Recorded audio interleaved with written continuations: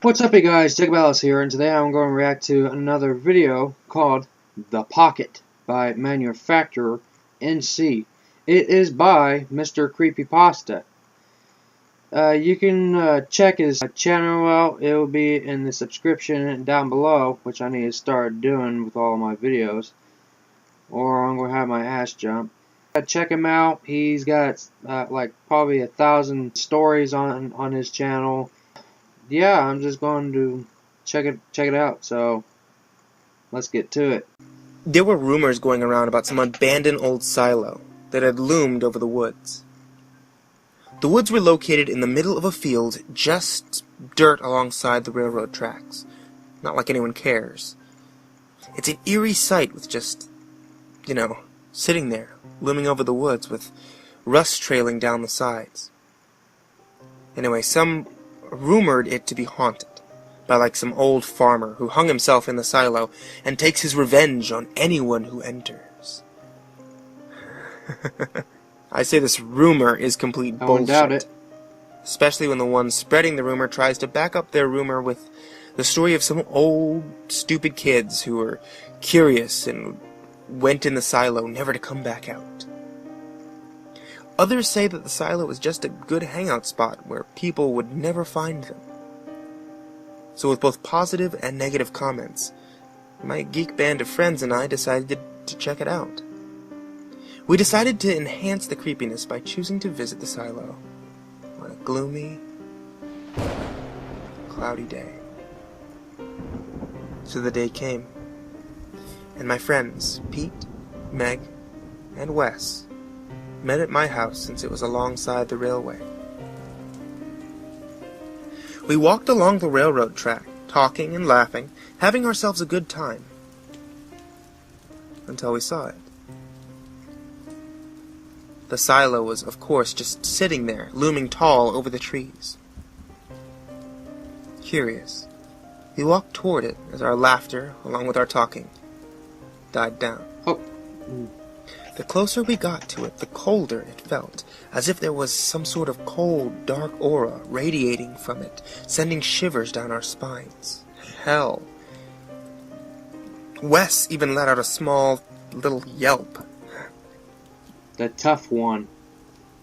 We paced around the circumference of the silo looking for an entrance of some sort, and we ended up finding a ladder leading up into the silo. The rungs of the ladder were also handles to open hatches all along the side of the structure. And all were locked. Oh, except God. for one. No. Oh, it was stuck. We had Pete climb up and open the hatch.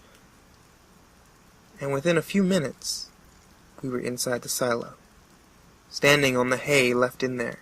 In the center, there was a large, deep hole in the hay. It was dark, but we could hear a steady flow of air coming from the bottom. Oddly enough, there was a rope descending into the hole. I'm gonna do it.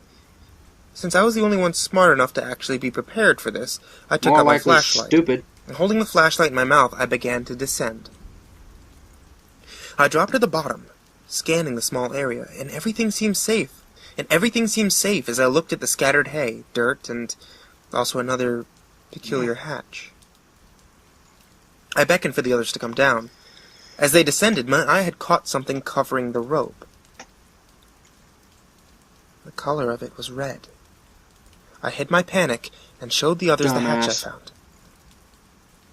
Pete opened it, revealing a dark hole. Now the fucked up thing about that was that it reeked.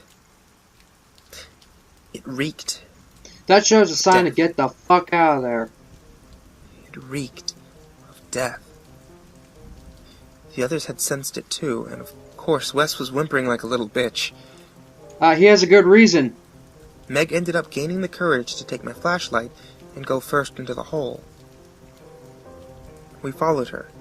We walked through this dark tunnel for about 10 or 15 minutes,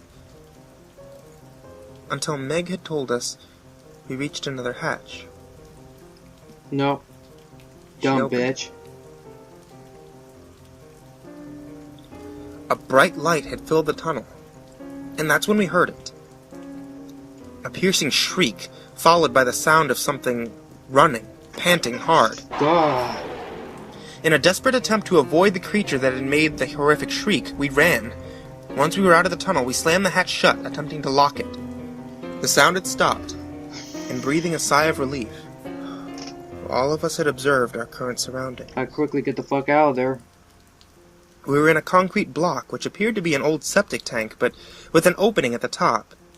And through that opening, we could see the forest above. We began to climb out. And that's when it happened. God damn. Again, we heard that damn sound. Wes wasn't even out of the hole yet. Uh-oh. I want to wait. This creature slammed through the hatch, and a sharp, clawed hand reached out and grabbed Wes's leg tight, pulled him into the tunnel. We heard his terrified scream, and then suddenly... it stopped. We heard the sharp snapping of bones and the tearing of flesh. The rest of us were frozen in shock. The sound of Wes being killed was revolting. Meg ended up vomiting at the sound. After that, we tried to find our way out of the thicket. We searched for a way out for at least an hour, but we concluded that the forest was enclosed in a large perimeter of barbed wire fencing. We panicked, having no idea what we should do, and also realizing that the thing comes out How in the about dark. shutting the hatch? Night was coming fast, and in a desperate panic, Meg climbed high into a tree, hoping the thing wouldn't find her. Pete found a small hole in the ground to hide he did too. Bad idea. Again we heard the shriek, and I watched the thing climb out of its home. In my panic, I quickly climbed up a tree and watched Pete sitting in the hole. I also, to my regret, had got a better look at the creature we were facing. It was the most grotesque thing I had ever seen. Its face was mask-like, pale white against its dark skin. The face seemed to only have 2 dark holes for eyes. A sharp tooth, large smile stretched across its face. After a few moments of observation, I had soon noticed that it was a mask. A mask made from Wes's skinned face. I was scared shitless as the thing was crawling towards Pete. I sat in the tree as I watched Pete run in fear, but that was no use since the thing caught up to him instantly. It shoved both its hands through Pete's chest and tore him apart with ease. Damn! God! Its chest opened, revealing bloody tendrils that wrapped around Pete's head, tearing it off from a mutilated corpse, slowly pulling it into the empty cavity, sealed it shut. The skinned face of Wes had disintegrated quickly, replaced with a mask made of peat, with the same hollow eyes and screwed-up smile. Then it spoke in a soft, raspy voice. I am the pumpkin. Nope! Nope. It proceeded to claw back into its dwelling. From the other tree, I heard Meg crying. I beckoned for her to climb down as I climbed down myself and told her we were getting the hell out of this place alive. That's what you need to leave the bitch. Hesitantly, she climbed down. Then I went up to the barbed wire fence and gripped the sharp wire, spreading it wide enough for someone to climb through. My hands bled, but I ignored the pain as Meg climbed through the opening. Again, the pocket shrieked, and in my panic, I had to hastily crawl through the opening and cut myself up bad. Bleeding, I ran with Meg and ignored the pain, running until we had reached civilization once again. You should have left her. Now you're both gonna die. 10 years have passed. Meg and I were happily married. I say were for a reason. The same reason why I'm telling you this story today. Meg is dead. She died a horrible death, so horrible. The police were called to the scene after a couple going for a walk through the woods found her mutilated, headless, lying at the edge of the woods. When I say the word edge, That means that it's far from the barbed wire fence. This can only mean that the pocket is free from its prison. See? It's free, and it's coming straight for me. I know it is. This is horrible. Right now, I'm looking at our marriage picture and trying to calm myself down with the happy memories, and it didn't help. Because in the reflection of the glass, I saw a face slowly coming towards me. It's him. Meg's face. Only it was eyeless and had that damn terrifying smile. Should have lived in the hood. The pocket. It's here. It has come to take me. I feel its hands pierce through my chest. At this moment, I realize its prime motive. It killed to be free. Oh!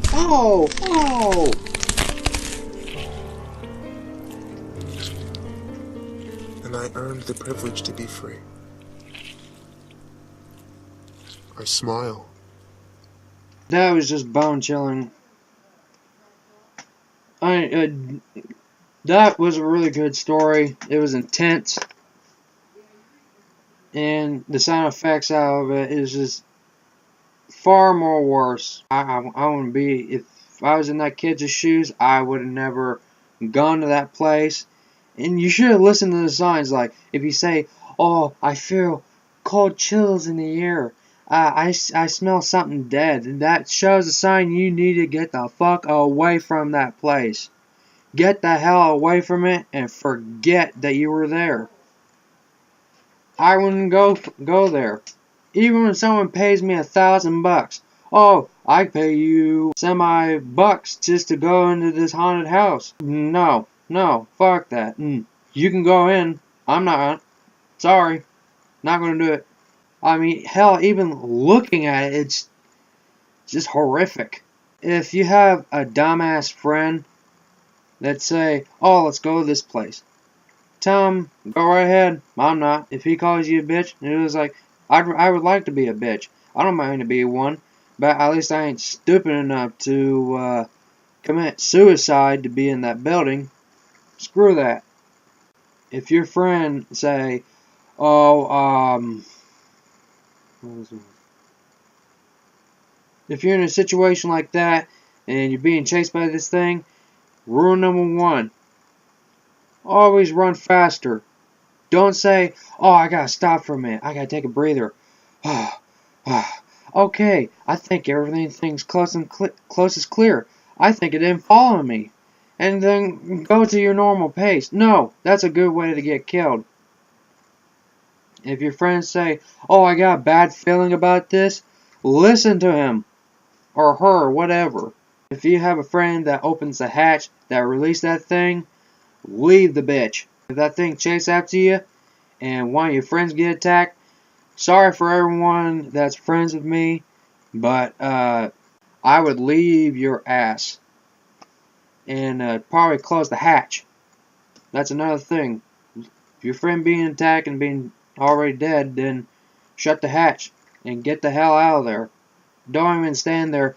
Oh, I don't know what to do. I'm vomiting. And then all of a sudden quickly run and hide somewhere. Like the thing ain't gonna know where you're at. It probably knows who you are and where you're at. So, the stupidest thing is hide a hole. Dumbest thing. Tree, I'm not so sure. But that thing probably already knows where you're exactly at. It's just going to take out each and every one of your friends one by one. And there's another thing. If you notice that your friend is dead and that thing is out chasing people from left to right, then that means you gotta move to a different neighborhood and get the fuck out of there or go somewhere. And if you see something like off the reflection slowly coming towards you, then you need to grab a damn gun and pop a cap on its ass. If that doesn't kill it, then you better jump out the window. Doesn't matter if you break 2 legs, at least you get the hell out of the house.